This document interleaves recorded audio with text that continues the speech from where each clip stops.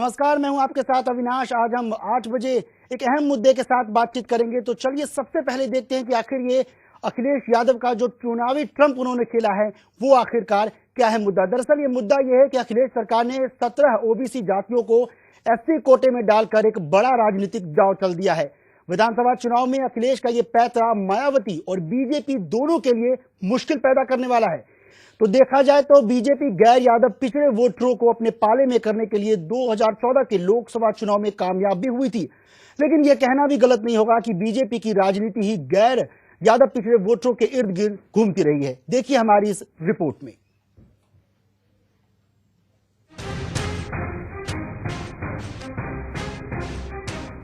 उत्तर प्रदेश में पहले विकास के मुद्दे पर चुनावी मैदान में उतरने का दावा करने वाले सीएम अखिलेश चुनाव करीब आते ही आखिरकार जाति के जुगाड़ में जुट गए हैं।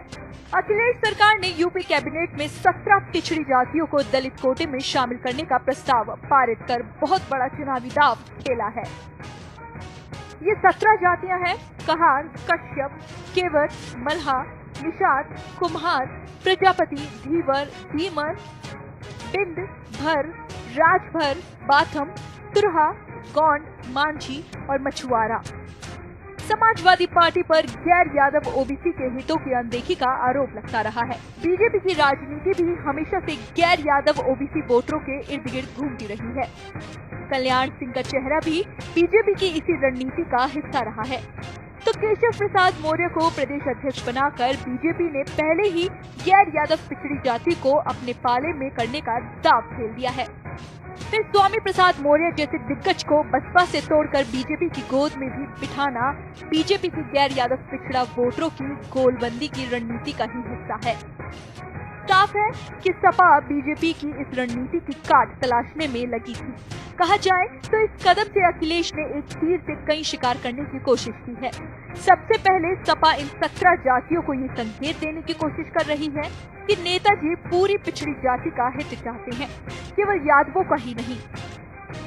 इसके अलावा अखिलेश बीजेपी की तरफ जाने से भी इन 17 पिछड़ी जातियों को रोकने का दावा चल रहे हैं। साथ ही मायावती अगर इस कदम का विरोध करेंगी तो ये 17 पिछड़ी जातियां हाथी से भी दूर चली जाएंगी। ये तो साफ है कि सपा चुनावी फायदे के लिए 17 पिछड़ी जातियों को अनुसूचित जाति का दर्जा देने का दांव चल रही है। तो मायावती कैसे चुप रह सकती हैं? क्योंकि इस फैसले से चोट तो दलित समाज को ही लगने वाली है, क्योंकि इससे आरक्षण का दलित कोटा इन 17 जातियों में भी बट जाएगा। यही वजह है कि मायावती खुलकर इस फैसले का विरोध कर रही हैं। मायावती ने अखिलेश के इस कदम को पिछड़ी जातियों के आंखों में धूल झोंकने वाला कदम करार दिया है। उन्होंने दावा किया है कि इस घोषणा के बाद 17 जातियों के लोगों को ना तो ओबीसी श्रेणी में आरक्षण मिल पाएगा और ना ही अनुसूचित जातियों के कोटे में। ये तो साफ है कि चुनाव करीब आते ही अखिलेश यादव ने जाति की आग में सियासी रोटी सेकना शुरू कर दिया है। लेकिन अखिलेश को ये भी नहीं भूलना चाहिए कि उनकी यूएसपी विकास है, ना कि जातिवाद। और ये नहीं भूलना चाहिए कि सियासी फायदे के लिए मराठा, मुस्लिम, पटेल और जाटों को मिला आरक्षण जमीन पर कभी नहीं उतर पाया। और अगर यही हाल 17 जातियों के दलित कोटे में शामिल करने का हुआ, तब तो ये दाव अखिलेश के लिए उल्टा सिरदर्द बन जाएगा। Bureau report, okay India. लाजमी है जब भी कोई फैसला लिया जाता है तो कहीं न कहीं विरोधियों के सुर भी तेज हो जाते हैं। इस फैसले के पीछे सीएम अखिलेश यादव का भी एक खास सियासी मकसद है। तकरीबन 17 जातियों को दलित कोटे में डालने की वजहों पर आइए एक नजर भी डाल लेते हैं। यूपी में इन 17 जातियों के वोटरों की अहमियत काफी ज्यादा बताई जाती है। ऐसा माना जा रहा है कि 2014 के लोकसभा चुनाव में इन जातियों ने बीजेपी के पक्ष में वोट दिया था, जिसकी वजह से सपा की हालत बेहद कमजोर हो गई थी। समाजवादी पार्टी 2017 के चुनावी समर में इस हालात को बदलने के लिए इन जातियों का वोट अपने पाले में करना चाहती है। अखिलेश की राजनीति ये है कि मायावती इसका विरोध खुलकर नहीं कर पाएंगी, क्योंकि अगर विरोध करेंगी तो इससे ये 17 जातियां नाराज हो सकती हैं। वहीं बीजेपी की केंद्र में सरकार है और अगर मोदी सरकार ने इस पर रोक लगाने की कोशिश की तो ये 17 जातियां बीजेपी से नाराज हो सकती हैं।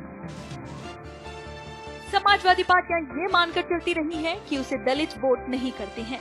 ऐसे में इस कदम से अगर यादव और मुस्लिम के अलावा इन 17 जातियों के वोट उनके पाले में आ जाएं, तो सपा को विधानसभा चुनाव में बड़ा फायदा हो सकता है। हालांकि अखिलेश के लिए मुश्किल ये है कि 17 नई जातियों के शामिल होने से अनुसूचित जाति के तहत मिलने वाला कोटा अब ज्यादा जातियों में बंट जाएगा, जिससे एक वर्ग नाराज हो सकता है। यूपी में फिलहाल अनुसूचित जातियों की संख्या 66 है और केंद्र की सूची के मुताबिक उत्तर प्रदेश में फिलहाल ओबीसी लिस्ट में 75 जातियां हैं। समाजवादी पार्टी की पुरानी मांग रही है कि इन 17 जातियों को दलित कोटे में शामिल कर लिया जाए, क्योंकि 2005 में बतौर सीएम मुलायम सिंह यादव ने भी इन जातियों को अनुसूचित जातियों में शामिल करने का प्रस्ताव भेजा था, जिसे केंद्र ने नामंजूर कर दिया था। ये तो साफ है कि बेहद सोच विचार कर अखिलेश सरकार ने 17 जातियों को दलित कोटे में शामिल करने का फैसला लिया है। हो सकता है कि नेताजी ने ये सोचा हो कि यादवों के अलावा दूसरी पिछड़ी जातियों को भी हमेशा के लिए सपा के कैडर वोट में तब्दील कर लिया जाए। सपा के इस कदम से साबित हो गया है कि चुनाव करीब आते ही जाति का जिन सियासी दिग्गजों के लिए सिर चढ़कर बोलने लगा है। Bureau report, okay India.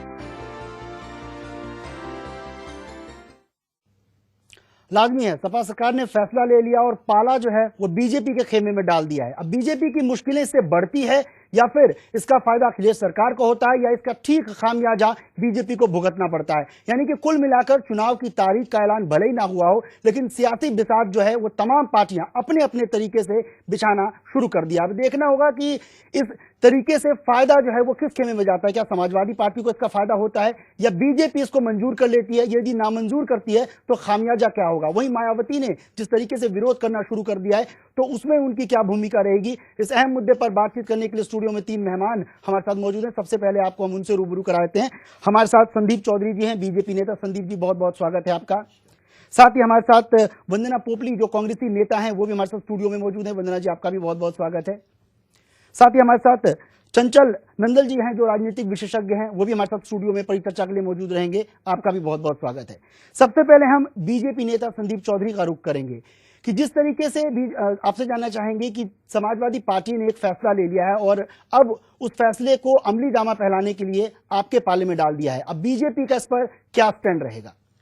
देखिए, 17 जातियां जो ओबीसी में थी उनको एससी में लाके ये एक राजनीतिक स्टंट है टोटली। ये ऐसा नहीं है कि पहली बार हुआ है, ऐसा पहले भी बसपा सरकार कर चुकी है और इस चीज़ को आरजीआई जो हमारे रजिस्ट्रार जनरल ऑफ इंडिया हैं वो इसको निरस्त कर चुके हैं और हमारे जो थावरचंद गहलोत जी मिनिस्टर हैं वो भी इसकी जानकारी संसद और देश को दे चुके हैं। ये टोटली ध्यान खींचने के लिए ऐसा किया गया है। बाकी आपको पता है उत्तर प्रदेश की स्थिति कैसी है। आप किसी भी रोड पे जाएंगे तो रोड पे पेड़ नहीं बचे हैं और वहाँ की कानून व्यवस्था बिल्कुल चौपट हो चुकी है। पुलिस वालों को दिन दहाड़े गोली मार दी जाती है, पुलिस वालों के हथियार छीन लिए जाते हैं। प्रदेश में कोई रोड अच्छा नहीं है, कहीं बिजली की व्यवस्था नहीं है। डेवलपमेंट की बात सरकार ने की थी, कोई एक इंडस्ट्री, कोई एक हॉस्पिटल, कोई एक यूनिवर्सिटी सरकार बनाने में विफल रही है। तो इस तरीके के घटिया समस्याएं तो वहां पर पहले भी रही है, लाजमी है कि समस्याएं पिछली सरकारों में भी थी, लेकिन जो आखिरी वक्त में क्योंकि तमाम सियासी पार्टियां चुनाव से पहले या चुनाव के दौरान भी ये जो जातिगत समीकरण को बनाने बिगाड़ने में जुटी रहती है कि जो जाति उनके अधीन नहीं है, जिनका जातिगत समीकरण कहीं ना कहीं कमजोर है, वो मजबूत हो जाए। तो क्या इसे महज सियासी चाल माना जाए? और बीजेपी का जो स्टैंड है वो कहीं ना कहीं लग रहा है कि आने वाले टाइम में यदि न्यूट्रल रहा तो क्या खामियाजा नहीं भुगतना पड़ सकता है? मैं आपको बताना चाहूंगा कि सपा सरकार को और यादव परिवार को ये बात अच्छे से मालूम है कि उनके पास दलित वोट बैंक नहीं है और ये दलित वोट बैंक को लुभाने की एक कोशिश है। लेकिन उत्तर प्रदेश का आदमी जागरूक है, पढ़ा लिखा है, वो ऐसे किसी भी चुनावी बहकावे में आने वाला नहीं है। वंदना पोपली जी, आपका रुख करेंगे। बीजेपी के नेता कह रहे हैं कि चुनावी स्टंट है, लाजमी है चुनाव से पहले ये ऐलान किया गया तो कहीं ना कहीं शुरुआती तौर में ये देखा जा रहा है, लेकिन बीजेपी को इसका नुकसान भी हो सकता है कि यदि केंद्र ने इसे वापस कर दिया, निरस्त कर दिया, तो वो वोटर, वो गुट कहीं ना कहीं नाराज ना हो जाए। लेकिन कांग्रेस की क्या इसमें स्थिति रहेगी? क्योंकि लाजमी है कि अभी भी जो है पाला हुआ बीजेपी और सपा के बीच है, कांग्रेस का इसमें क्या कुछ रुख रहेगा? क्या कांग्रेस से इस बीच कोई फायदा मिलेगा? देखिए, सबसे पहले तो मैं जो संदीप चौधरी जी ने अपनी बात को अधूरा छोड़ दिया था उसको मैं पूरा करना चाहूंगी। उन्होंने बात की कि बीएसपी जो है पहले इसको लेकर आई थी। शायद वो भूल रहे हैं कि 1991 में जब राजनाथ सिंह जी खुद जो है सीएम थे उत्तर प्रदेश के, तब उन्होंने इसको केंद्र के पास भेजा था कि जितनी भी पिछड़ी जाति हैं, ओबीसी जो जाति हैं, उनको उन्होंने हालांकि शेड्यूल कास्ट में नहीं भेजा था, उन्होंने इसको जो मोस्ट बैकवर्ड क्लास है वो कहकर भेजा था, जो कि पास नहीं हुआ था और वापस आ गया था।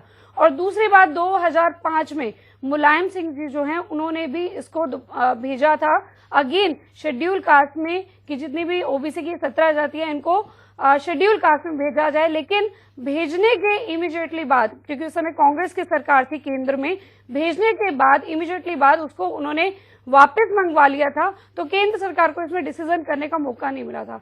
जहां तक अगर आप बात करते हैं कांग्रेस की, तो यहाँ पर जाति से रिलेटेड राजनीति की बात हो रही है, तो सबसे पहले मैं क्लियर करना चाहूंगी कि जो कांग्रेस है वो कहीं पर भी जाति बेस्ड राजनीति नहीं करती। जो कांग्रेस की राजनीति है, हमारी राजनीति है, वो वर्ग विशेष की राजनीति है। चाहे वो किसान वर्ग की, अगर हम किसान वर्ग की बात करें तो किसान वर्ग में सभी जातियां ऑटोमेटिकली अपने आप आ जाएंगी।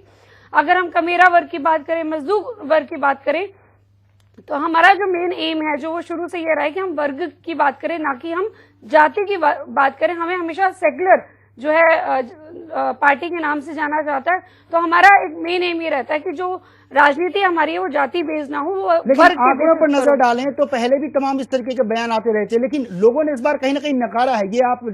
ये इस बात को आपको एक्सेप्ट भी करना होगा, चाहे हम निकाय चुनाव की ओर बात करें, विधानसभा चुनाव की बात करें या फिर लोकसभा चुनाव की बात करें, तो लोगों ने कहीं ना कहीं निकारा। देखिए, हर एक चीज का जो है अलग अलग जो है उसका कारण रहा है। अगर हम लोकसभा चुनाव की बात करते हैं तो इतने ज्यादा झूठे वायदे करके जो भारतीय जनता पार्टी सरकार आई है, जिसमें से अभी वो कोई भी वायदा पूरी नहीं कर पाई है, सिर्फ लोगों को भटकाने का काम कर रही है। अगर कहीं पर भी अगर महंगाई की बात करते हैं कि दालें इतनी महंगी हो गई हैं, किसान मर रहे हैं, तो वहां पे उस मुद्दे को भटका दिया जाता है, गीता पे जाके अटक जाता है, या कहीं पर नोटबंदी का जो शोषा है वो ले लिया जाता है। चाहे लोग परेशान हो रहे हैं, भारतीय जनता पार्टी के जो नेता है उनके पास गुलाबी नोट मिल रहे हैं, उसके बारे में बात नहीं। नोटबंदी का तो मतलब दरअसल यहाँ तो सियासी समीकरण की बात हो रही है, जातिगत समीकरण की बात हो रही है। निकाय चुनाव में हमेशा इस चीज का ध्यान रखा जाता है, जो लोग हैं वो ध्यान रखते हैं कि हमारे जो वार्ड के हैं जो काम पूरे हो जाए, इसलिए वो कोशिश करते हैं जो पार्टी जो है सरकार में है इस समय, चाहे वो स्टेट में है या फिर अगर हम बात करें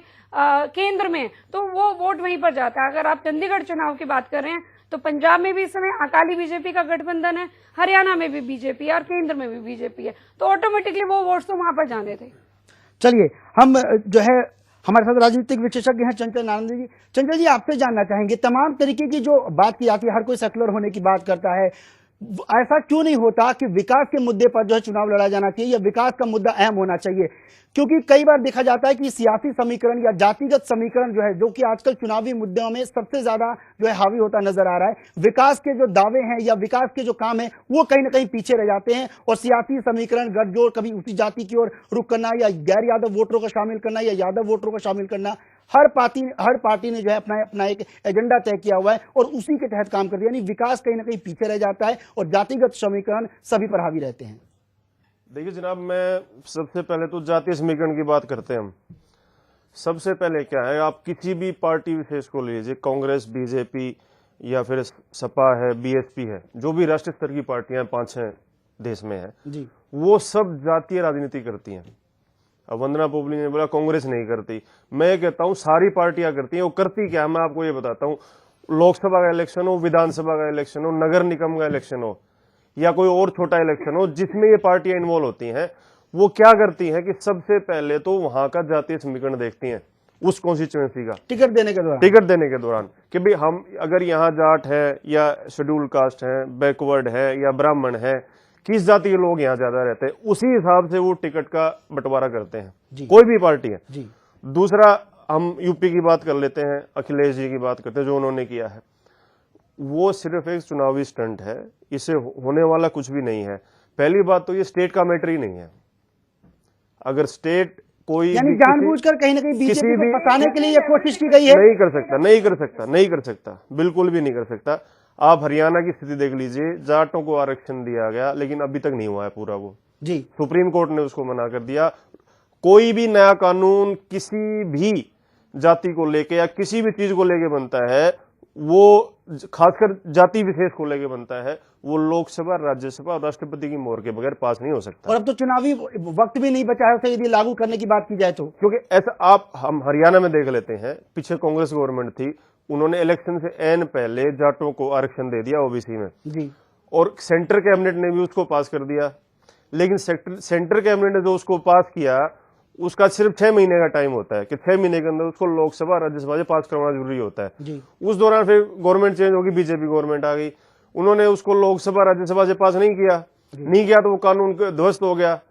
और जो है स्टेट का जो कानून है वो छोटी चीजों के लिए होता है, जो जातिवादी को लेके जो भी कानून बनते हैं वो सेंट्रल गवर्नमेंट ही बनाती है। पहली बात तो मैं उत्तर प्रदेश वासी जो इस चैनल के माध्यम से हमें देख रहे हैं उनको ये बता दूं कि जो अखिलेश सरकार का जो ये फैसला है ये 0/0 है, इसमें कुछ भी नहीं है, ये सिर्फ एक बहकाव है, लोगों को बहकाने के लिए है, गुमराह करने की ये कोशिश की गई है। बिल्कुल कहा जाए बिल्कुल तो। बिल्कुल बिल्कुल, क्योंकि हम बाकी स्टेट्स में देख चुके हैं जाति समीकरण, वो आरक्षण देते हैं लेकिन वो आगे जाके फेल हो जाता है, सिर्फ एक चुनावी स्टंट है, चुनाव से पहले किया हुआ वादा है। अब आगे जो भी सरकार ने जो अखिलेश सरकार ने काम किया, यूपी की बात करते हैं, जो उन्होंने पिछले 4-4.5 साल में काम किया है उसके ऊपर लोग वोट देंगे, ना कि ये राजनीतिक स्टंट और उसके ऊपर।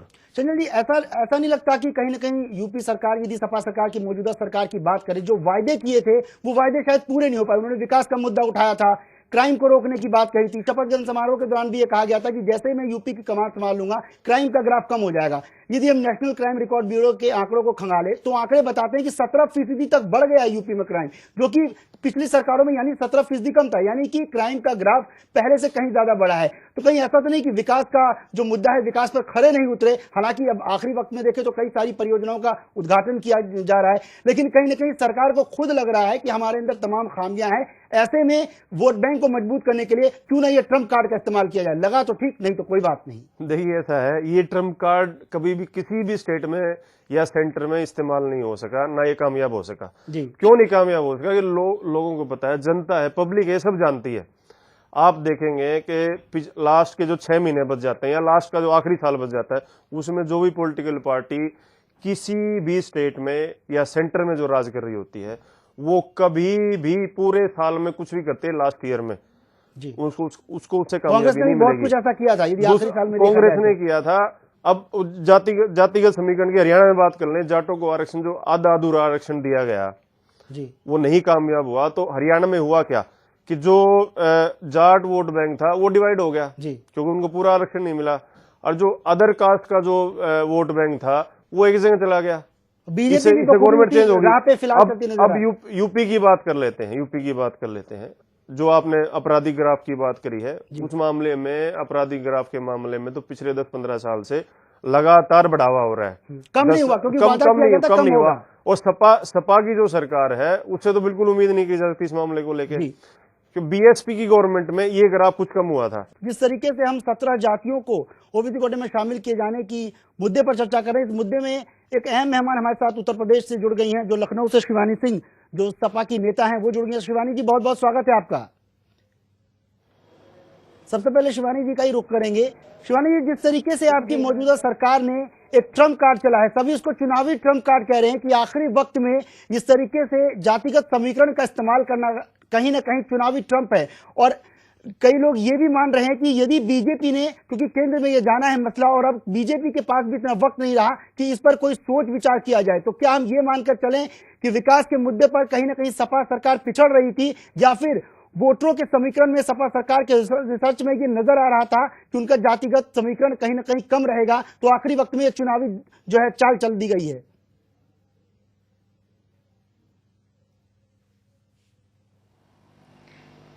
देखिए, जहाँ तक मेरा मानना है और जहाँ तक जनता का मानना है कि ऐसा नहीं है कि अखिलेश यादव जी ने कोई जातिवाद का खेल खेला है, क्योंकि आप ये चीज़ देख रहे हैं कि जाति को लेकर तो हमेशा जो विवाद हुआ है वो बीजेपी करती आई है। हमारे माननीय मुख्यमंत्री जी ने या सपा ने कभी भी जातिवाद पर कोई विवाद नहीं किया।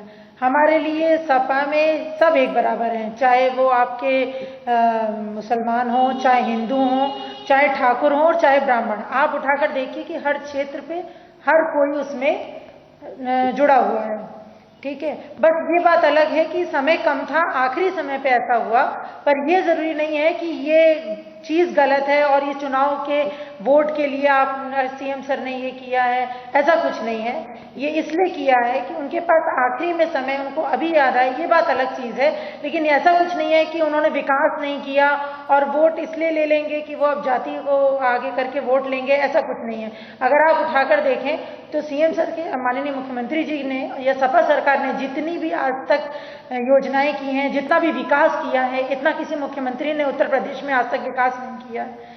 और जाति को लेकर हमेशा विवाद बीजेपी ने किया है। हमारे सपा में जातिवाद का कोई ऐसा मैटर कभी ना हुआ है और ना ही होगा। शिवानी जी, अब बीजेपी पर आरोप लगा रही है, बीजेपी के नेता भी हमारे साथ मौजूद हैं, उनका भी रिएक्शन लेंगे, लेकिन जिस तरीके से आपने कहा कि आखिरी वक्त में हुई उनको याद आया, यानी कहीं ना कहीं आप भी ये मानती हैं, आपकी पार्टी को भी ये लग रहा है कि आखिरी वक्त में तमाम घोषणाएं हो रही है, तमाम शिलान्यास किए जा रहे हैं, जो कि अब तक की तमाम सरकारें भी करती आ रही है। तो ये आखिरी वक्त क्या 5 साल का जो वक्त था वो सरकार के लिए कम रह गया कि आखिरी साल में ही या आखिरी महीनों में ही कहें तो जो शिलान्यास की जो है बौछार कर दी जाए, तमाम घोषणाओं को कर दिया जाए? नहीं, ऐसा नहीं है। अब आखिरी समय का मतलब ये नहीं है कि उनको आखिरी समय में याद आया। आखिरी समय का ये मतलब है कि जब सबको आगे बढ़ाया जा रहा है, सबकी योजनाएं, सबके लिए अच्छे कार्य किए जा रहे हैं, तो आखिर इनको क्यों नहीं, इनके लिए भी अच्छे कार्य करने चाहिए, इनको भी बढ़ाना चाहिए, इनका भी विकास जरूरी है, इसलिए इनको जोड़ा गया है। इसलिए नहीं कि अब समय कम है और हमें वोट बैंक बढ़ाने हैं या हमने विकास कम किया है तो अब हम इनको जोड़ रहे हैं, ऐसा नहीं है। मैंने इसलिए समय कम की बात नहीं की, मैंने ये बताया कि अब आखिरी समय में जब सबका विकास हो रहा है तो इनका क्यों नहीं, इनको भी विकास, इनका भी किया जाए, इनको भी आगे प्रमोट किया जाए, ये मेरे कहने का तात्पर्य है। शिवानी जी, सभी को पता है कि चुनाव की तारीखों का ऐलान कभी भी हो सकता है, यानी कि आखिरी साल ही कहें कि बल्कि चंद महीने बाकी हैं। हमेशा हमारे माननीय मुख्यमंत्री जी ने विकास की बात की है और विकास के राह पे चले हैं। उनको लगा जब सबका विकास हो रहा है बस इसलिए उन्होंने उनको भी जोड़ के उनका भी विकास किया।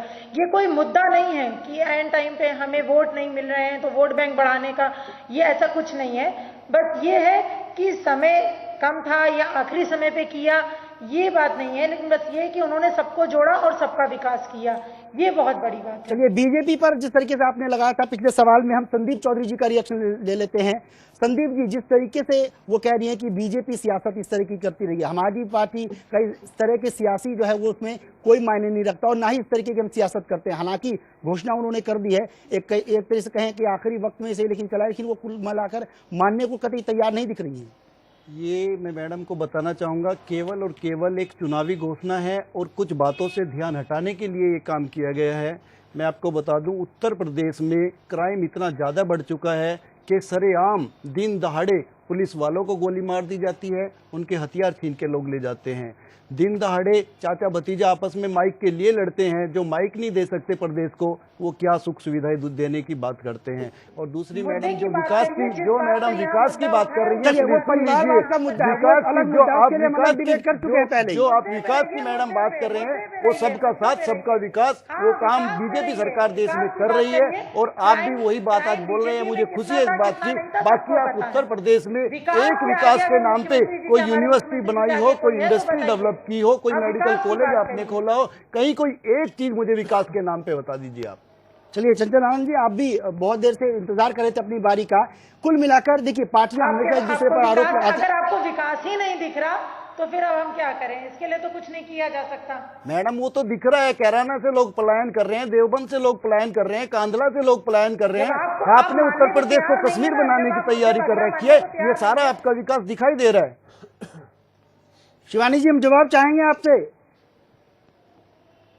अच्छा, अब यही हुआ ना, यही तो मैं बोल रही हूँ कि बीजेपी ही हमेशा जातिवाद की लड़ाई करता। अभी आपने क्या कहा, आपके बयान क्या बयान कर रहे हैं, आप खुद देखिए, आप अपना डेवलपमेंट बताइए। अब आप खुद देख लीजिए, मीडिया टीवी के सामने अब आप जातिवाद पर लड़ाई शुरू कर रहे हैं।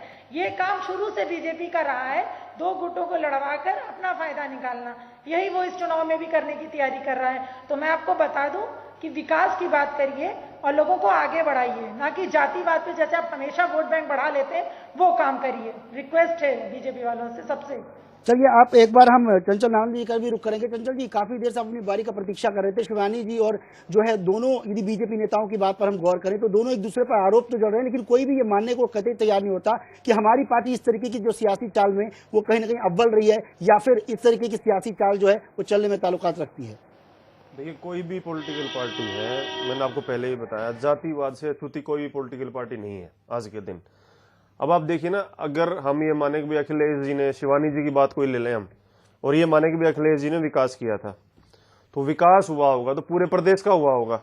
अगर हम उनकी बात माने तो पूरे प्रदेश का विकास हुआ होगा, और पूरे प्रदेश का जब विकास हुआ है तो क्या जरूरत पड़ गई कि भाई आप जो है इन 17 जातियों को एससी कोटे में डालें, क्या जरूरत पड़ गई।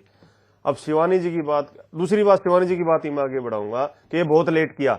मैं ये कहता हूं कि अगर अखिलेश जी को करना था, कम से कम 4 साल पहले करते, सत्ता में आने के बाद तुरंत बात कर देते इसको, ताकि इन जातियों को नौकरियों में, पढ़ाई में और की चीज में इनको फायदा मिल जाता, इवन स्टेट लेवल पे तो मिल जाता कम से कम जी। क्योंकि अगर आरक्षण वो स्टेट में शुरू करते तो स्टेट की नौकरियां बहुत सारी, लाखों नौकरियां लगी होंगी, और लाखों स्टूडेंट्स पढ़े होंगे इस दौरान जिनको एडमिशन नहीं मिल पाया होगा। तो उन स्टूडेंट्स को जो अच्छे तरीके से उस कोटे में पढ़ते और उसके बाद अच्छी तरह नौकरियां लगते, और फिर अब वो उनको अखिलेश यादव को वोट देते जी। अब हुआ ये है कि या तो उन्हें लग रहा है कि विकास पूरा नहीं हुआ, और इस कोटे में आप बदलाव करके यूटिलाइज करना चाह रहे हैं, यूटिलाइज करना चाह रहे होंगे, मुझे ये लगता है राजनीतिक विश्लेषक के नाते जी। शिवानी जी, कुल मिलाकर देखिए, यदि सवाल आपसे भी पूछा जाए या आपकी पार्टी से पूछा जाए, तो कहीं ना कहीं आप इन आंकड़ों के जरिए ये क्या जताने की कोशिश कर रहे हैं, जैसे लगातार यदि हम आंकड़ों पर नजर डालें, आखिरी यदि हम 6 महीनों के डाटा को उठाकर देखते हैं तो घोषणाएं बहुत ज्यादा हुई है। ऐसे ही कुछ घोषणाएं कांग्रेस भी करती आ रही थी, और इसी तरीके की फहरिस्त में कहीं ना कहीं आप भी आगे नजर आ रही हैं। यदि 4 साल का वक्त या 5 साल का वक्त एक चुनावी पार्टी के लिए कम रह जाता है, क्या लगता है कि 5 साल का वक्त घोषणाएं करने के लिए या इस तरीके से सुविधाएं देने के लिए कम रह जाता है? नौकरियां देने में भी कहीं ना कहीं सरकार पीछे रही है, तमाम तरीके के क्राइम के ग्राफ पे भी सरकार रोक नहीं लगा पाई है। तो विकास आखिर हुआ क्या है? क्या कुछ है विकास जो जनता अब तक समझ नहीं पाई है, जिस तरह से आपको लेकर ये आखिरी वक्त में ये फैसला करना पड़ रहा है?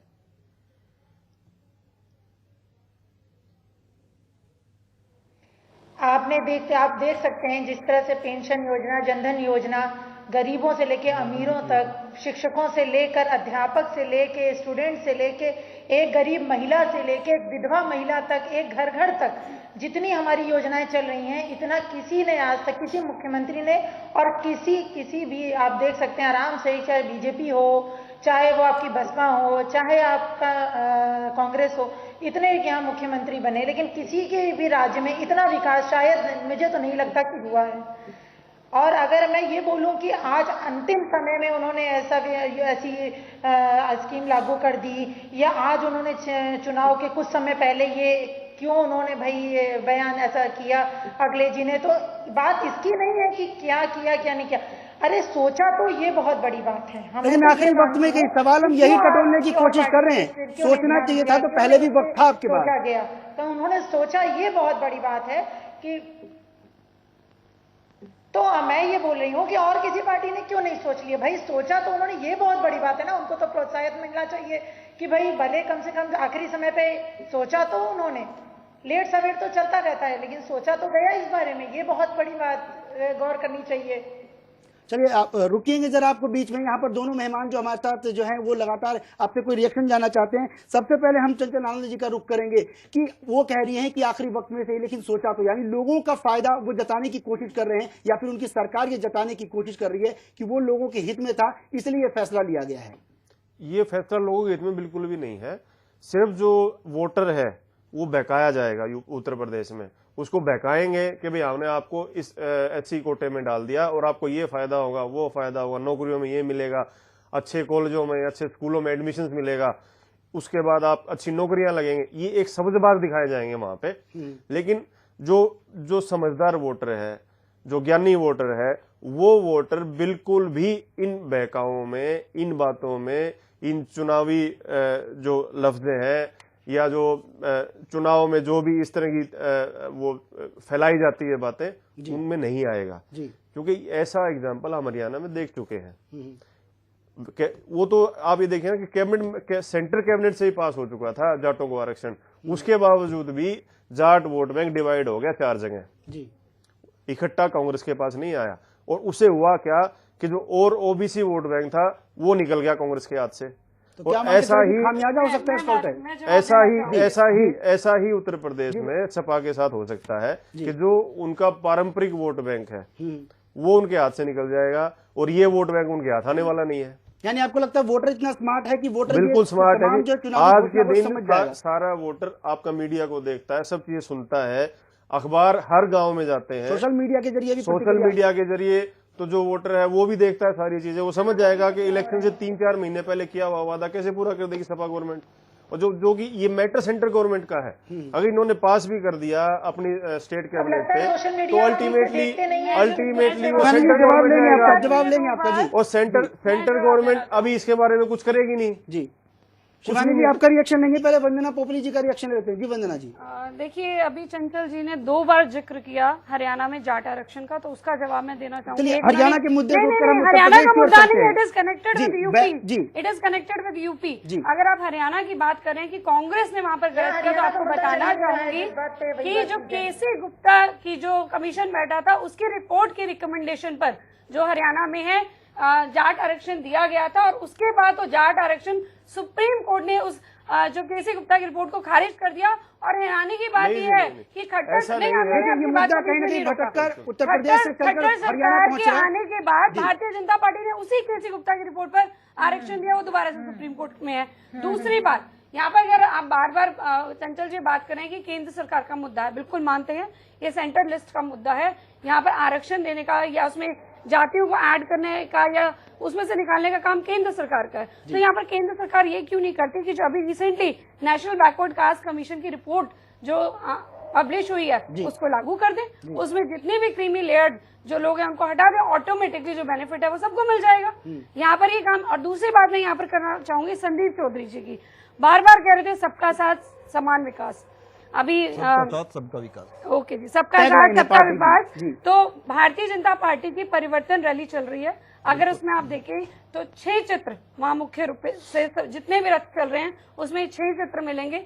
4 यूपी से हैं, जिसमें राजनाथ सिंह जी का जो है, साथ में उमा भारती जी का, केशव चंद्र मौर्य और कलराज मिश्र जी का, और केंद्र से 2 हैं, मोदी जी का और अमित शाह जी का। क्या उनके पास और कोई चेहरा नहीं है? क्या चाहते हैं, राहुल गांधी का लगाएं? क्या दलित चेहरा नहीं है? क्या मुस्लिम चेहरा नहीं है? सबका साथ समान विकास की बात करें ना, जातिगत की बात हो रही है। सबका विकास में हमारे पास सब लोग हैं, हम लोग जितने काम करते हैं।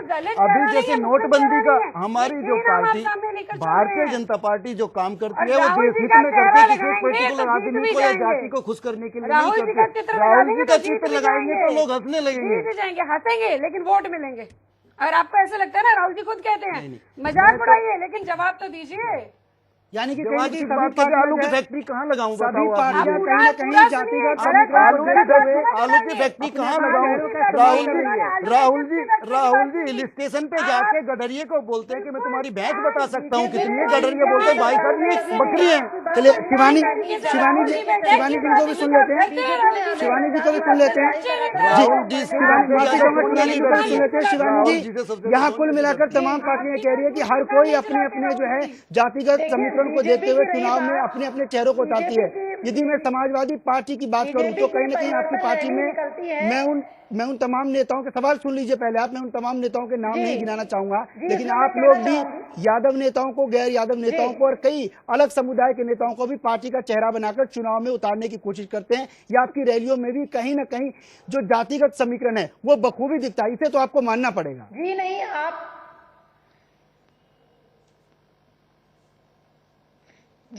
आप अगर इसको ध्यान से देखें, यही तो मैं इतनी देर से समझाना चाह रही हूँ कि जातिवाद का ये जो मैटर है ये कभी सीएम सर ने या माननीय मुख्यमंत्री जी ने नहीं किया। ये काम हमेशा अदर पार्टी की होती है। जैसे हमारी बीजेपी है, कहती है कि सबको लेके चलो, परिवर्तन रैली में आप देखेंगे बिल्कुल उन्होंने सही कहा कि सिर्फ 4 ही चेहरे दिखेंगे, इसके अलावा नहीं। आप देखिए उसमें कितने और अदर पार्टी के उनसे जुड़े हुए और अदर कास्ट के कितने लोग बीजेपी से जुड़े हैं। उसमें सबसे ज्यादा अगर किसी को दी जाता है तो ठाकुर ब्राह्मण, और किसी को पूछा ही नहीं जाता है। उन्होंने बोला कि अभी वो 2017 का चुनाव सब बता देगा, वोटर को कंफ्यूज नहीं कर सकते, वो बेवकूफ नहीं है। बिल्कुल सही बात है, आप वोटर को बेवकूफ नहीं बना सकते क्योंकि उसको सब पता है, जनता सब जानती है कि कौन कैसा है। माननीय मुख्यमंत्री जी ने जब जितने विकास किए हैं, जितना कहा है आज 4 साल में उनको पूरा किया है। आज 2017 का चुनाव आने वाला है, ऐसी कोई बात नहीं रह गई है जो शायद सीएम सर ने पूरा ना किया हो। जितने वादे वो लेकर उतरे थे, आज उतने वादे उन्होंने पूरे किए हैं, और आज भी जो वो वादे कर रहे हैं या जितने भी नए नए नियम लागू कर रहे हैं, इन सबको वो पूरा करेंगे। वो खोखली बातें नहीं करते, और पार्टी की तरह खोखली बातें नहीं करते, वो जो कहते हैं उतना करके दिखाते हैं।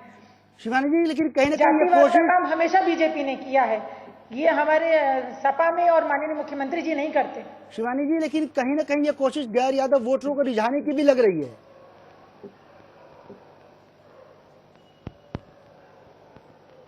अरे वोटरों को रिझाने का हमें क्यों ऐसा, हमें यही तो इतनी देर से समझा रही हूँ कि वोटरों को हम क्यों समझाएंगे भाई। हमारे विकास क्या वोटरों को नहीं दिख रहे? क्या वोटरों को ये नहीं दिख रहा कि जिन मुद्दों को लेके अखिलेश यादव जी आए थे, चुनाव में खड़े हुए थे जब, तो उन्होंने जितने वादे किए थे, जितने कहा, जितनी बातें उन्होंने कही, वो पूरी करते चले गए, विकास करते चले गए। और आज वो क्यों ऐसा कुछ करेंगे कि उनको वोटर बैंक बढ़ जाए?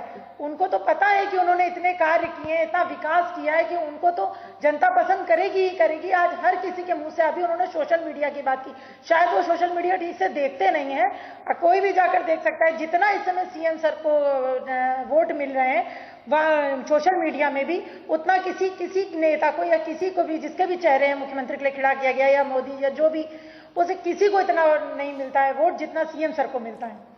तो आप कैसे कह सकते हैं कि हमने ये कार्य इसलिए कर दिया कि हमको एंड टाइम पे वोट बैंक बढ़ जाएगा? वोट बैंक तो हमारे वैसे ही बढ़ा है। शिवानी जी, दो सवालों पे आपकी प्रतिक्रिया चाहूंगा, और मैं चाहूंगा कि आप इस सवालों को सुने और प्रतिक्रिया भी दें। आपने कहा विकास की बात, देखिए सबसे पहले अखिलेश यादव ने बखूबी, सभी को याद है, जनता को भी याद है और वोटरों को भी, जो उत्तर प्रदेश की जनता है उनको बखूबी ये याद है कि अखिलेश यादव ने शपथ लेने से पहले ये कहा था कि जिस दिन मैं उत्तर प्रदेश की कमान संभाल लूंगा, महिलाओं को सुरक्षा और क्राइम का ग्राफ वहां बेहद कम हो जाएगा। क्या इस पर आपकी सरकार कामयाब हुई है? क्या ग्राफ कम हुआ है? हाँ या ना में जवाब चाहूंगा। फिर दूसरा सवाल।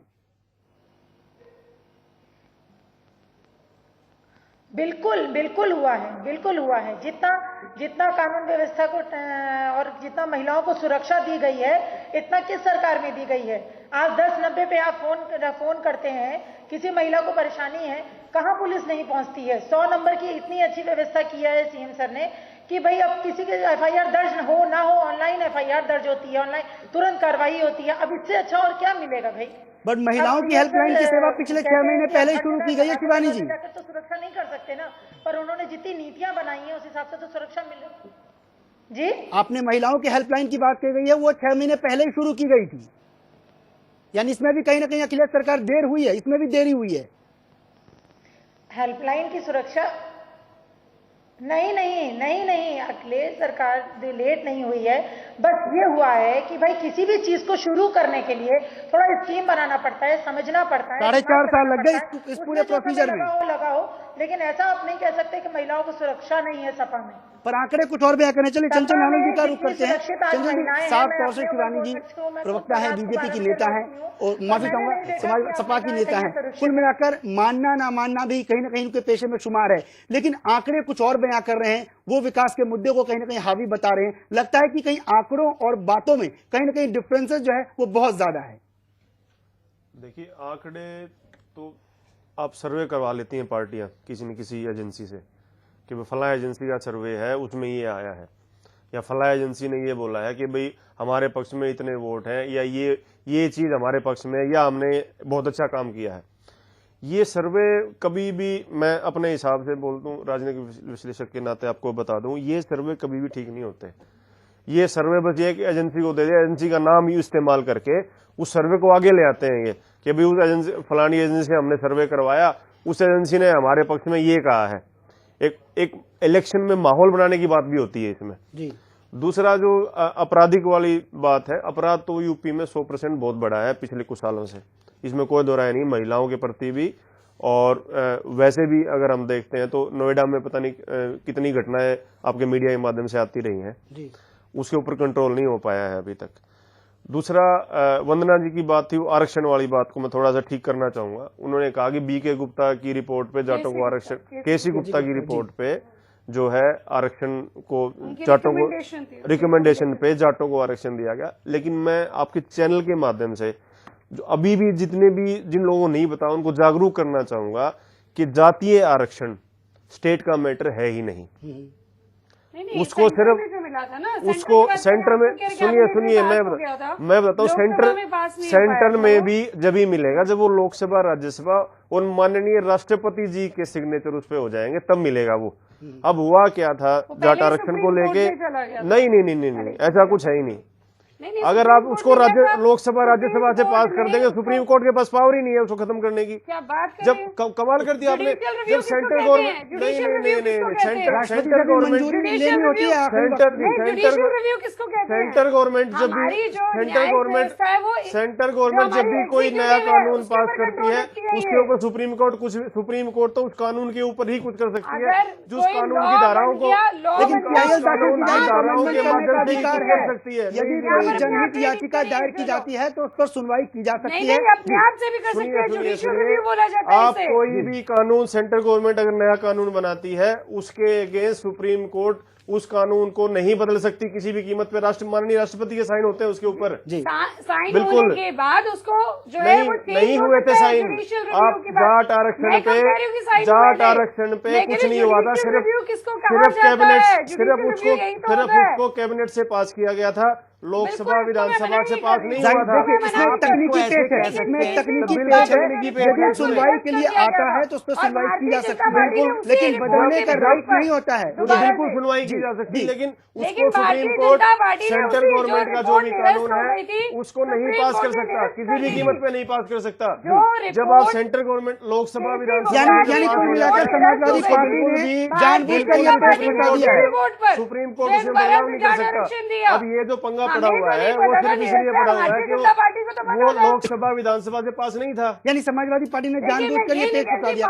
बिल्कुल ये एक पेच फंसा दिया है। ये अब सेंट्रल गवर्नमेंट के पास आएगा, सेंट्रल गवर्नमेंट इसको कुछ नहीं करेगी। इलेक्शन के बाद जो है किस पार्टी की सरकार आती है उसके ऊपर डिपेंड करा है वो क्या करेगी इस बात के ऊपर। लेकिन उलझ गया मामला, ये कुल मिला अब उसको कैसे गलत साबित किया जाए, ये सारी पार्टी जुटी हुई है, लगी हुई है। जी शिवानी जी, अपनी प्रतिक्रिया रखिए आप। अब सीएम सर ने अच्छा सोच लिया भाई, कैसे अच्छा कर दिया, इस बात से बड़ी परेशानी है सबको।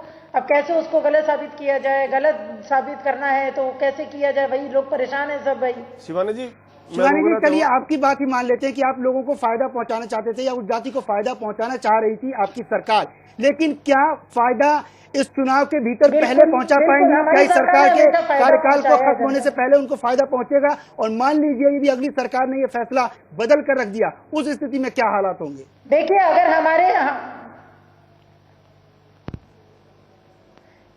अगर हमारे सीएम सर ने कुछ कहा है और अगर उस पे डटे हैं तो वो जरूर सबको फायदा मिलेगा और लाभ मिलेगा। ये सिर्फ खोखले वादे नहीं है और इस पे अमल किया जाए, क्योंकि आप देख सकते हैं, मैं बार बार बोल रही हूँ कि जब मुख्यमंत्री जी ने जितने वादे किए हैं उनमें से कोई भी खोखले नहीं थे और ऐसा कुछ भी नहीं है कि वो हुए ना हो। सारे वादे उनको जो उन्होंने एक अपना बनाया था कि पूरे होते वादे अब नए इरादे, वो उनका बिल्कुल सत्य साबित हुआ है और उसी पे वो आज तक चल रहे हैं। तो अभी भी उन्होंने अगर जो कुछ कहा है तो ऐसा नहीं है वो पीछे हट जाएंगे या उसको नहीं करेंगे। सरकार हमारी बनती है तो भी ये सारे कार्य होंगे और हो सकता है उससे पहले हो, लेकिन होंगे जरूर। ये कहीं चलिए सज्जन आनंद जी एक आखिरी प्रतिक्रिया लेंगे आप सबको, क्योंकि टाइम बहुत कम है। शिवानी जी का आखिरी सवाल, उसके बाद सभी की आखिरी प्रतिक्रिया। ऐसा माननीय मुख्यमंत्री जी ने कभी किया है ना सपा सरकार। शिवानी जी वक्त की थोड़ी सी कमी है, आप पे चंचल आनंद जी की एक रिएक्शन लेंगे, उसके बाद आप सभी मेहमानों से आखिरी प्रतिक्रिया। इस मामले में ये है जी कि किसी भी पॉलिटिकल पार्टी को भोली वाली जनता को बहकाना नहीं चाहिए जी, जातिवाद आरक्षण में फंसा के, बल्कि होना ये चाहिए कि आगे शुरू में जब ये आरक्षण का कानून बना था तो सिर्फ 10 साल के लिए बना था। इसको बढ़ाते बढ़ाते अब 1947 से लेके अब तक इसको कहां पे ले आए हैं हम लोग। मेरा सभी लोगों से सवाल है कि विकास के मुद्दे पर विकास की बात होनी चाहिए, विकास के मुद्दे पे इलेक्शन होना चाहिए, जातिवाद पे इलेक्शन ना हो। जी शिवानी जी, आखिरी प्रतिक्रिया आपकी कि कहीं ना कहीं विकास के मुद्दे पर लड़ते आखिरी वक्त में, चलिए आप हालांकि मानेंगे नहीं, जाहिर सी बात है, लाजमी है कि आप मानेंगे नहीं। जी शिवानी जी, नहीं आप समझ नहीं रहे हैं, विकास तो ये भी है ना, इसमें कहाँ विकास नहीं दिखाई दे रहा है, यहाँ कहीं चलिए आखिरी प्रतिक्रिया आपकी। मान लीजिए अगली सरकार ने इसे पलट कर रख दिया, अगली सरकार ने जिसे इस फैसले को पलट कर रख दिया, तो उस स्थिति में प्रदेश के लोगों की क्या हालत होगी?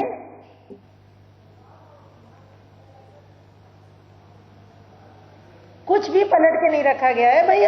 विकास की बात हमेशा सीएम सर ने करी है, तो आखिरी समर्पी भी उन्होंने विकास ही किया। और कुछ नहीं किया, इसको मुद्दा बनाया जा रहा है। अब अदर पार्टीज इसको मुद्दा बना के खड़ी हो गई है, तो क्या किया जाए, लेकिन ये कोई मुद्दे की बात नहीं है। चलिए संदीप जी वो तो मानने को तैयार नहीं है शिवानी जी की आखिरी वक्त में किया गया है, लेकिन लोगों का ध्यान रखा गया है, वो फैसले को भी नहीं मानने की थी, पलट दिया गया, तो खामियाजा की बात भी नहीं माने। लेकिन बीजेपी को फायदा या नुकसान, छोटे शब्दों में जानना चाहेंगे आप? बीजेपी को टोटल फायदा होगा, क्योंकि बीजेपी डेवलपमेंट की बात करती है, सबका साथ सबका विकास की बात करती है, बेटी बचाओ बेटी पढ़ाओ की बात करती है। जो मैडम ने जनधन योजना का नाम लिया वो भाजपा लेके आई।